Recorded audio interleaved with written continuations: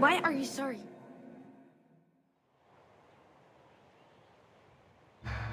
It's hard to be a good parent when you're a damaged adult. You become responsible for a life. That requires courage, confidence, and a lot of nerve. And it's really easy to get it wrong. What does that mean? How can I explain? For the first few months of your life, you were like an extension of me. You couldn't talk, you couldn't walk, you could barely see, actually. And I was feeding you out of my own body. Yuck. Yeah, yuck! Having your life in my hands. That funny feeling. That's what being a mom was all about to me. And then one day...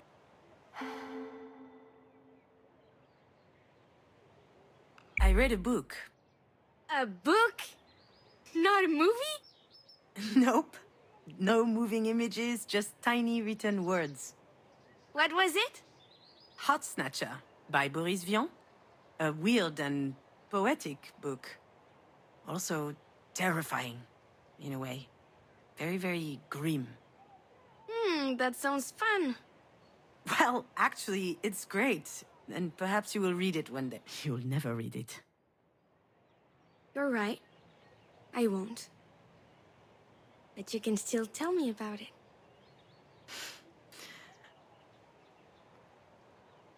All right. Well, there's this character named Clémentine. She gives birth to triplets and gives them these stupid names. As they grow up, she starts to behave increasingly strangely. Such as? She starts imagining things, these situations where horrible things happen to the kids. Okay. I understand why you might enjoy this book. What makes you say that? No reason. Does she do any other weird stuff? She locks them up in cages. Her kids? Yes. They're nice cages, though. Very comfortable. Oh, well, that's fine then.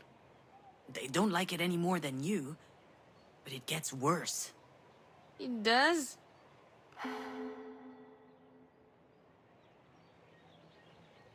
She cuts down trees in her backyard because she thinks that the triplets might climb them and get hurt. So why risk it? And that's not all. What else? She eats rotten meat. Ew! Mom, what is this book? I told you, it's weird. Why is she doing that? At first she does it so that the kids get the best bits. But after a while, she starts to think that if something bad happens to her, then her kids will be spared.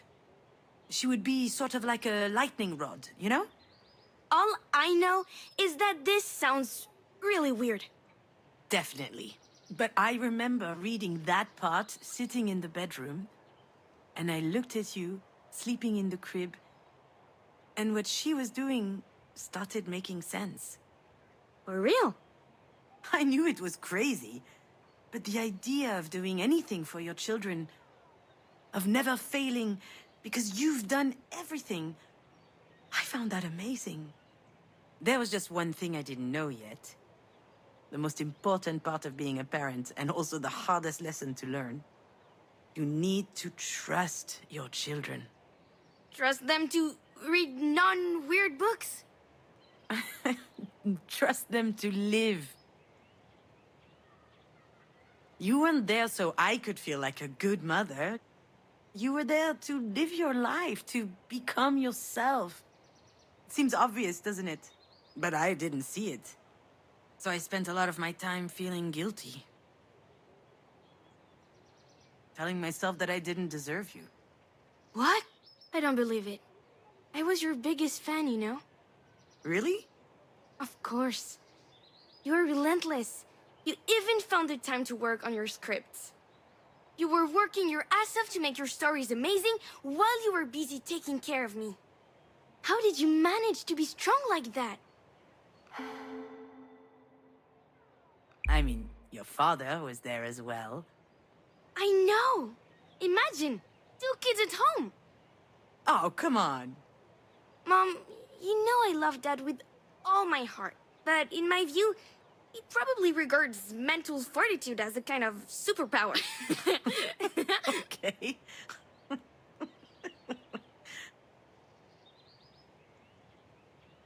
It was really hard. I almost gave up so many times. My career wasn't going where I wanted, certainly not as fast as I wanted. But I held on. You gave me so much energy. I presume I took a lot too. Of course, sweetie. I often wish you had an off switch. Especially when I saw my face in the mirror the next morning. But that was just a detail. Every morning was magical. I'd grab you in my arms. You'd smile back. You trusted me. I had no more doubt, no more questions. I knew exactly who I was. No one had ever looked at me that way. What an incredible gift. It's just a shame you spent your best years writing for soap opera. Wow! You do a great Marie impression.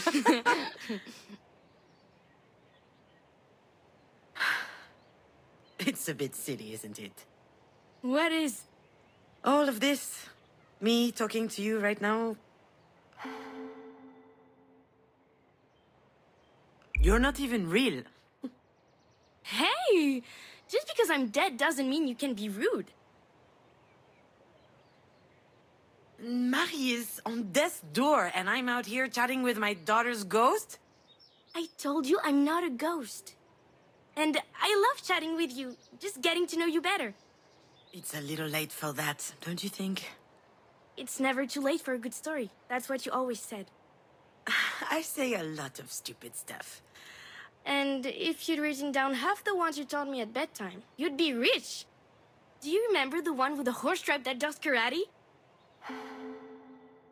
Ninja Palooza? Yeah, it was so good. And the duck who kept solving crimes around the farm while drunk. Inspector Drunkass. No one is going to publish that. That's too bad. It would be a lot better than Marie's books of Russian folk tales. Those books were a snooze fest. Right? Then why did you hug her so hard every time she bought you a new set? Because you can be a child and still know how to be diplomatic. Where are you up to with your script? I haven't looked at it in ages. Is your job for Grandma taking too much time?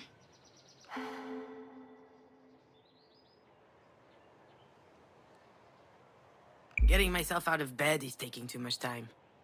Oh, come on. Stop it. The whole depressive thing doesn't suit you. And, to be honest, I'm not too fond of the whole petulant tween thing. I liked it better when you were 4 years old. What are you going to do? Give me a spanking? No, I suppose you're too old for that.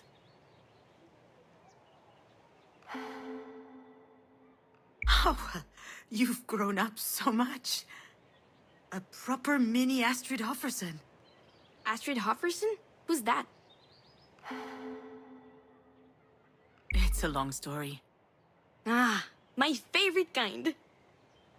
Okay, but I know you, so you can't interrupt me, okay? Okay.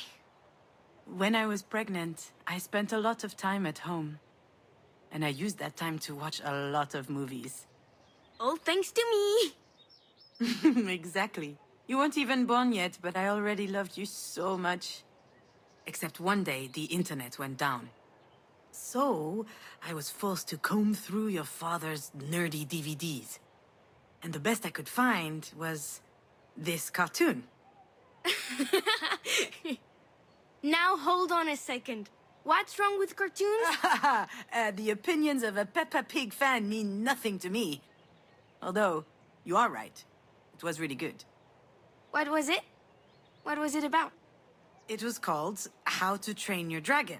It was about dragons. I love dragons. Of course you do. I don't. Dragons are tacky. But there was this great character in the movie. Astrid Hofferson. Yes, Astrid Hofferson. She was a young and courageous Viking. Her belt was made of skulls. So cool. So she's the hero? Of course not. The hero is a bumbling idiot who we're supposed to sympathize with just because he has a shitty father. Let's not forget, the movie was written by a bunch of Hollywood guys. But still, Astrid is a great character. Especially because she has a really useful asset. She's a warrior. People try to tie her up with all these rules, and that doesn't stop her. Not only that, she becomes the best in spite of the rules. And when they change the rules, she's still the best. Because she believes in herself enough that she can question herself. Wow. And she's also really supportive of Harold, the idiot hero. When he is doubting himself, she's there for him. Not to snuggle, though. Quite the reverse. She shakes him up. She chews him out. All of this leading up to the realization that he can make it on his own. I thought that was beautiful. I told your dad that night and he laughed. He said he'd always loved that character too. And that's why my name is Astrid? It is. We were hoping you would become a warrior, a rebel, sensitive and smart. Someone like Astrid Hofferson. Someone like you. Excuse me? Don't be modest. You've done pretty well so far. Wait, what do you mean by so far? Well, with Auntie Jan and Dad. You struggled for a bit, but eventually you managed to find the right words. That was impressive. Well, not really. I'm lost. I'm completely lost. My brain is a mess. I've seen worse. Really? Do you remember my room? Now that was a mess.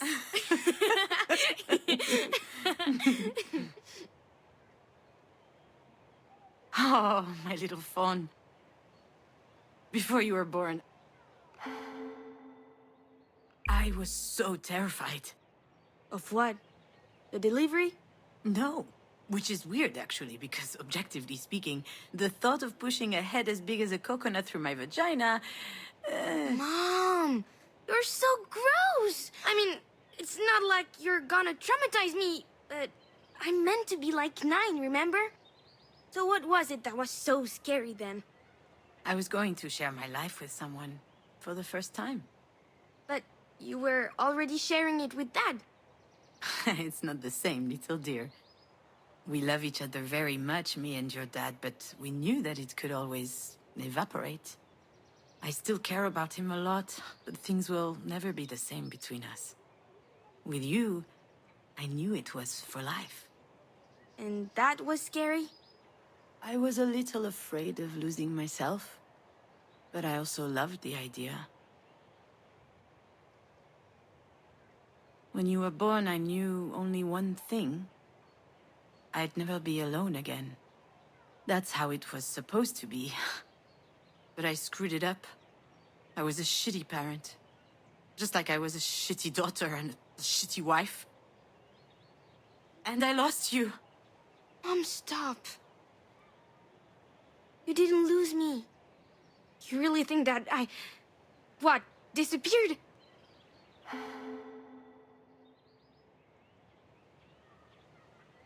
I abandoned you. And I think about it all the time, whenever I close my eyes. What happens when you close your eyes?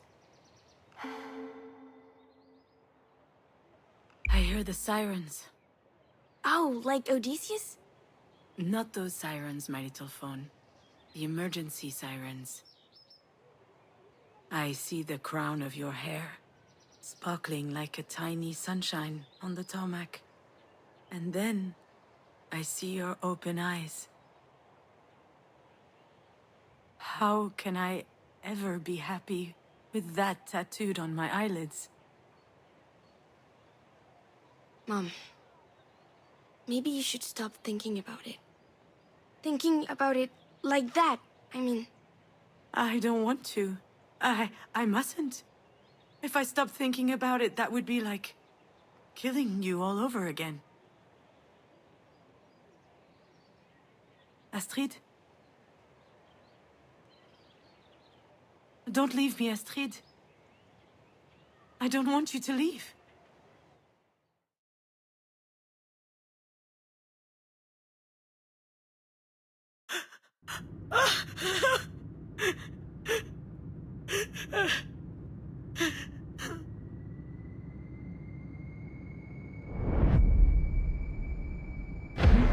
At the window. Oh, that lady on his old man. I didn't see the whole night. I can't focus. Also, I'm not Junon. I know. That's what I need to focus on. I think it's coming back. Yes, it is. Just try a little harder, Junon. I need to dig deeper.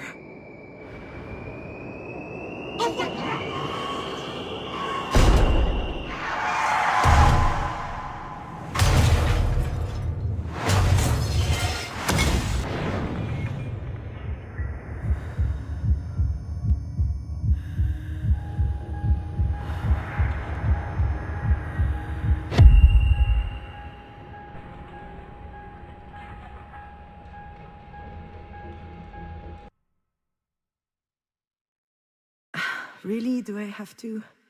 Do I need to recall this particular exhibit of Marie's? It's a nice memory for her, obviously, but for me it's pretty bitter, even though I can't explain why exactly. A lot of memories came back to me that night. I would stand in the middle of the gallery with my eyes closed, and they'd crop up as if they were connected in some way.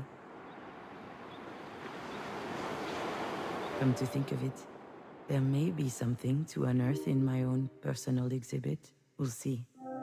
Let me show you around. You know this tableau, my little fawn? It's been gathering dust in the back of my personal collection. I haven't displayed it in ages. Here the artist is depicting her first day at the beach with her daughter. Do you remember?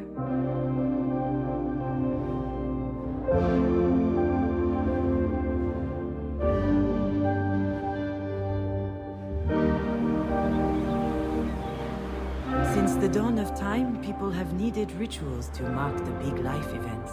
Here, the artist is depicting her final farewell to her daughter. At least that's what she thought at the time. One day, on a whim, I made the call. I didn't tell your father. I didn't feel like explaining. I just called Diane, and I told her to meet me over there, by the sea. And she didn't ask any questions, nothing. She just said, "I'll be there." Neither Alex nor I could picture you in a tiny coffin. We really preferred that you remained with us, like fine sand in a pretty vase. But in the end, even that was too heavy. I kept thinking about it. I was crying when we arrived at the cliff, overlooking the beach. Diane gently took out the urn from my hands, opened it towards the sea, and she said, "Donnie was a good bowler, and a good man. He was a man who loved the outdoors, and bowling." I burst out laughing, and snot splurted out of my nose all over my fucking chin. And Dan was laughing too, and 1,000 particles of you flew out around us, all up in my hair. I thought it would be freeing to see you leave like this, disappear. That was the goal of this ceremony, but now I know that it didn't work. It didn't make me feel free. Rather, it made me feel the emptiness.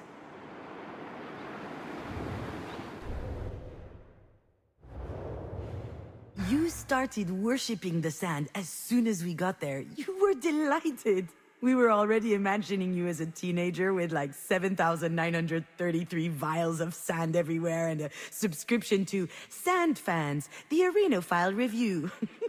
Hey, if it was between that or weed, we weren't sure which would be worse. The weather was so nice that day. We had eaten ice cream under the big umbrella. Then you pulled out your little tongue, your head got close to my arm, and I felt something cold and wet above my elbow. "You taste salty," you said. You came up to me with a huge seashell. I never understood where you found it. You handed it to me with great pomp and told me I had to write a movie about it. I complained, "I don't know his life. I have no idea what he's thinking about, if he's sad or..." And then you asked me, "So, about what is it that you write movies then?" And I was speechless for a moment, but suddenly I felt it welling up in my heart and my stomach. Happiness. And then, that's it. That's what I wanted to write about. I had totally forgotten this, but at one point in my life, I wanted to write about happiness.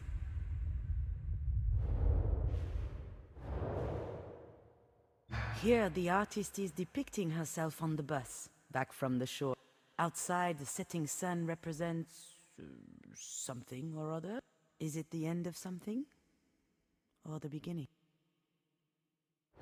I looked outside the window, and this poem came to my mind. It's Lamartine. I had to learn it by heart in high school. Setting or just rising in a sky clear or gray, what good is the sun? I disregard the day. Were I to track the whole long course of his travel, my eyes would just witness all the void and gravel. I desire nothing that he could ever disperse. I don't demand a thing from the great universe. I was holding your urn against me the whole way back. It was empty, but it felt heavier than ever before. I was all by my lonesome on the bus back, with just a few specks of you. That's what I felt when I came back from the cliff. The poem, the empty bus, the urn on my knees. A void. Back then, I thought it was a good thing. I said to myself, maybe I can start writing now that this is done. And then, nothing.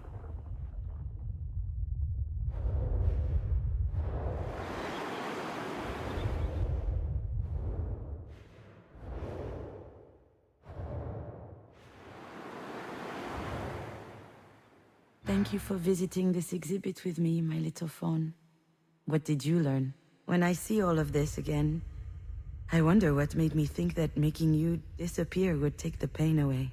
Attempting to erase every bit of you meant locking me out of this incredible little room inside my heart. The place that gave me life.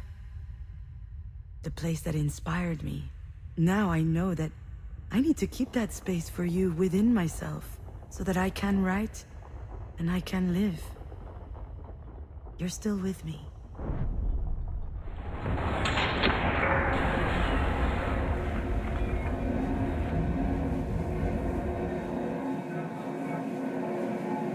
You really think that what, disappeared?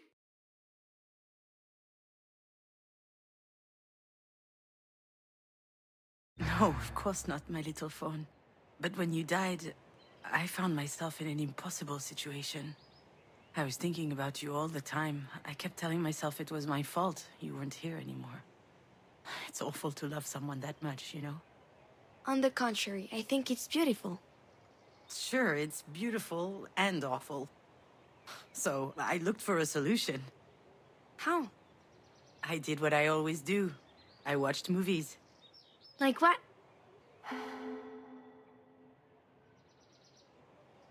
Manchester by the Sea. One of the most depressing movies ever shot. Oh no. But it does star the hottest hottie Michelle Williams.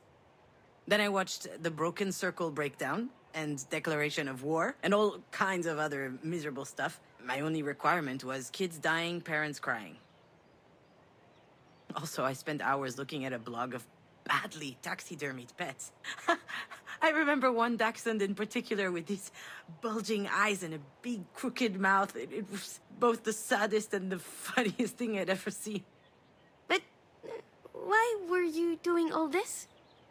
I think I just wanted to feel sad for someone else. I was hoping I'd feel less alone, like it would water down my grief. Did it work? Of course not. Why should it? that wasn't the right way to handle things. Now I know how lucky I am to be able to think about you every day, even though it's hard sometimes. I think about your laugh, the one you made when your dad would attack you with a toy knight. I think about your little doodles. You came back from kindergarten every day with fistfuls of them. We filled up all the walls with them. So we ended up having to sneak some into the garbage. I knew it! But I promise I always looked carefully at them before. I think about your birthday pizza. My... what? For your 4th birthday, you didn't want a cake and asked for a 4-cheese pizza. Your father was so proud. I think about all of it, little dear. And it's a reminder that you are here with me. I carry that with me into every decision I have to make. And I won't let it go for the world. I'm better now, you know? It still hurts like hell. But I get it. I can survive this. On a good day, I can even convince myself that it could be worse. You might have been a goth teenager. What's a goth? Well, I could show you a couple pictures of 14-year-old me. Unfortunately, I think they all got destroyed in a fire or something. What a shame.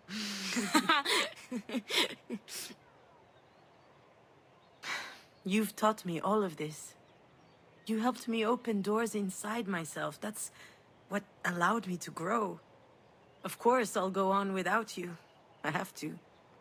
But it's really, really sad. How does the book end? What book? Heart Snatcher. Well, the triplets eat blue slugs, and then they fly away from their mother. Obviously, blue slugs. And are they happy? Very much. There are 2 lessons here. First, Boris Vian was really, really odd. Really. But also second, sometimes there's no sense fighting what will happen anyway. You said it yourself to Auntie Diane. Remember? I understand why you're sad, Mom. But you can't be sad forever. It doesn't help you, and it doesn't help me. Life's short enough as it is. Why waste any more time?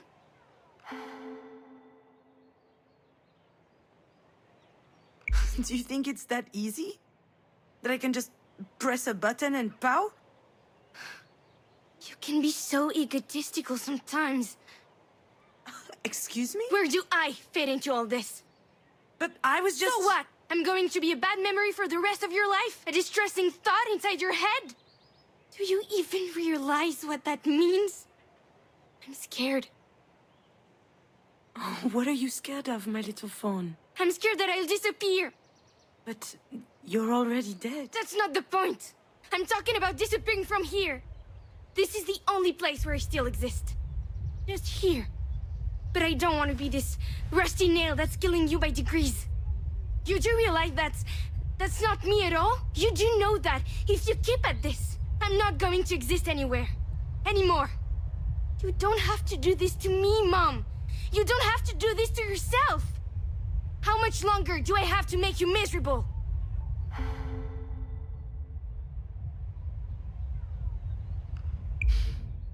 I know you don't deserve that, my little dear. It's all my fault. Stop it, Mom. Just stop. You're stuck on repeat. I know that this can be easy to process. And I know that the truth hurts. But right here, right now, you're gonna have to remember. Really. I'm not sure. What do you mean? What are you talking about? Astrid? Astrid!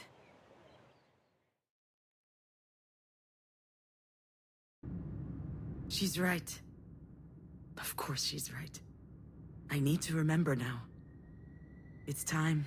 I think I'm ready. That's it. I remember now.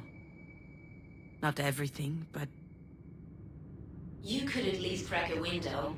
All that rain brought a cool front. it had just rained. The road was wet and slippery. Ah, shit, I can't drive with these heels on. I didn't sleep all night. I can't focus. Also... I was exhausted, stressed out, in no condition to drive. I was nervous about meeting with my producer. Mom, watch for the deer! I don't know why I didn't see the deer earlier. My mind must have been elsewhere. When I heard your warning, my first thought was to avoid hitting it. They were your favorite animal. So I swerved and we ran off the road. And then...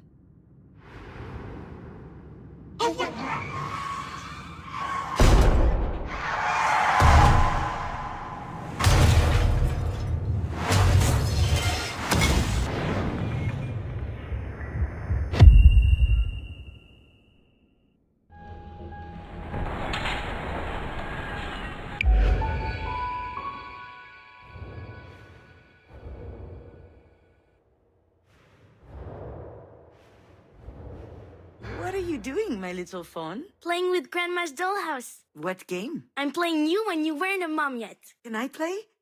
I'll be Alex. Hey, cutie. You come here often? Hi, do you want a baby? Oh, this is moving a bit fast. What the heck? Let's make the best little girl on earth. Of course she'll be the best. How do you know? Well, I'm the one making her in my belly, so... Talking to you was intoxicating.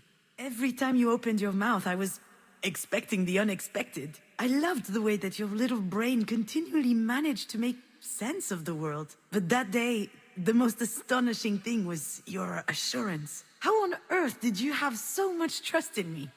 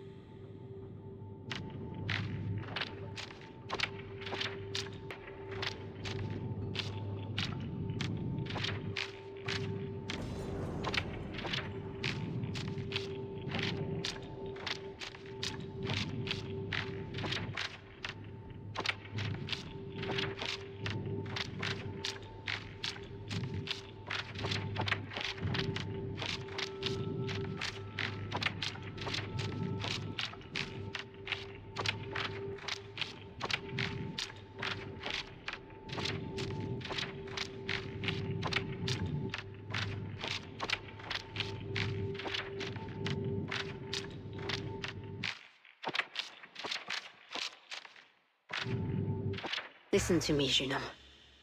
You and Alex brought an extraordinary little girl into this world. Astrid was our sunshine. She gave us all a lot of light all through her tiny life. You were able to make such a being because you have it in you. The sun. And the sun never goes out. It shines. So hang on. And shine bright. I know you can.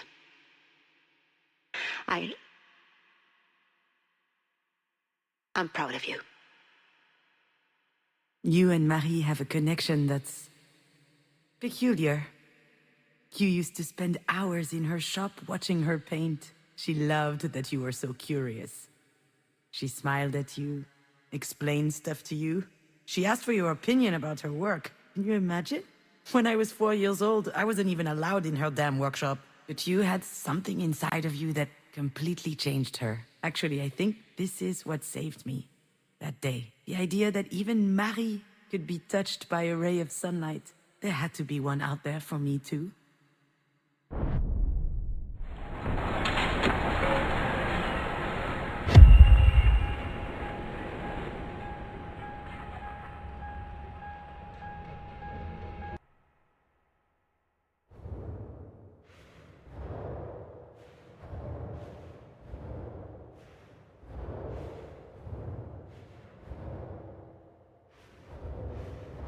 Damn, June, I can't believe it.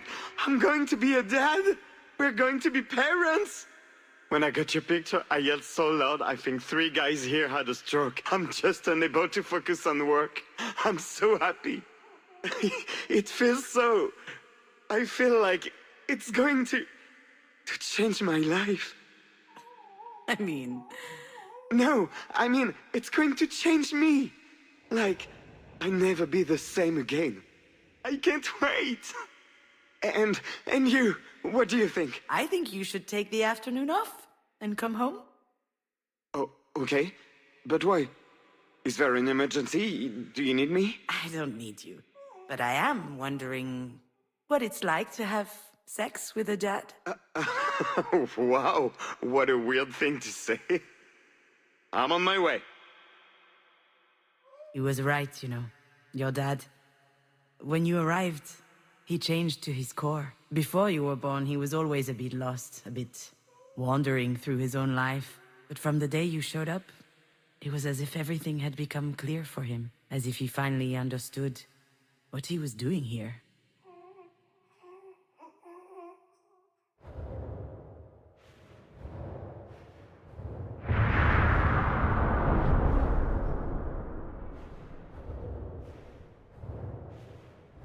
It might be the right time for me to admit it, my little fawn. You don't have magical powers.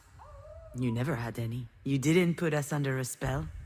Not Marie, nor your dad or I. It's easy to hide behind the fact that your being there made everything else possible. And to convince ourselves that your not being there is forever locking us out of being happy. But that's not true.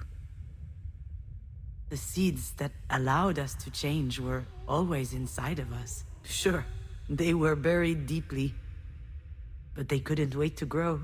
And you were simply an incredible, a wonderful beam of sunlight.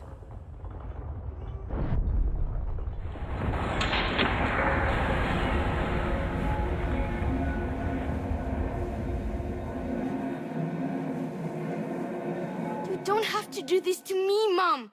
You don't have to do this to yourself. How much longer do I have to make you miserable?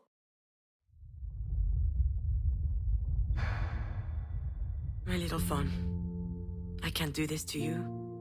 I don't know if I'll ever be able to forgive myself for what happened, but you've brought too much light in my life for me to reduce you to that. What is that?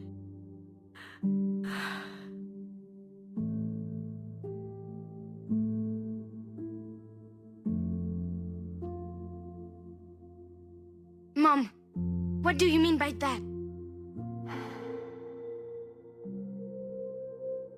You know what I mean. I do, but I'm not sure you do. So I'm going to need you to say it. What is that?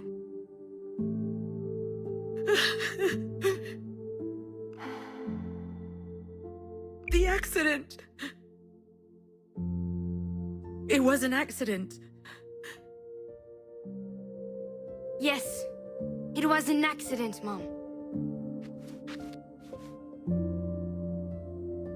I lived a life full of joy and laughter and vibrating plastic lightsabers.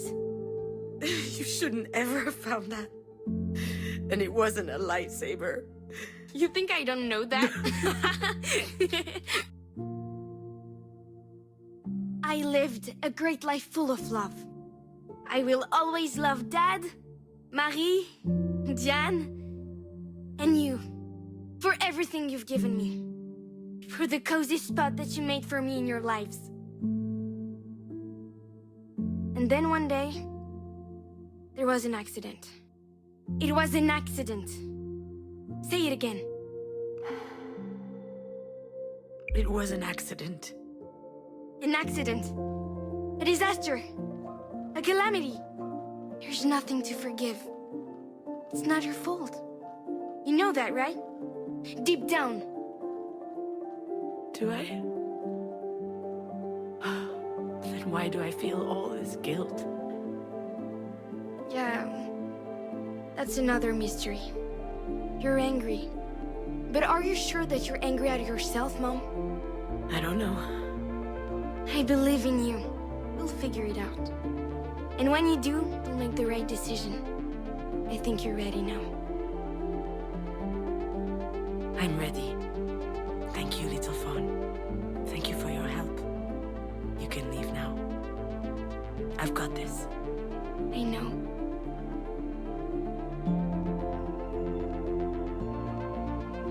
I love you very much, Mom.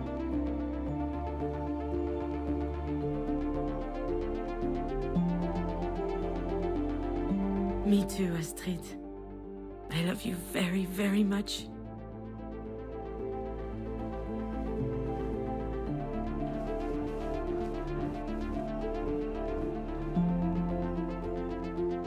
I know you'll always be with me. I can feel you are here, and it gives me strength. And I'm going to need a lot of that if I'm going to go in there. But Marie needs me, and we have a lot to talk about.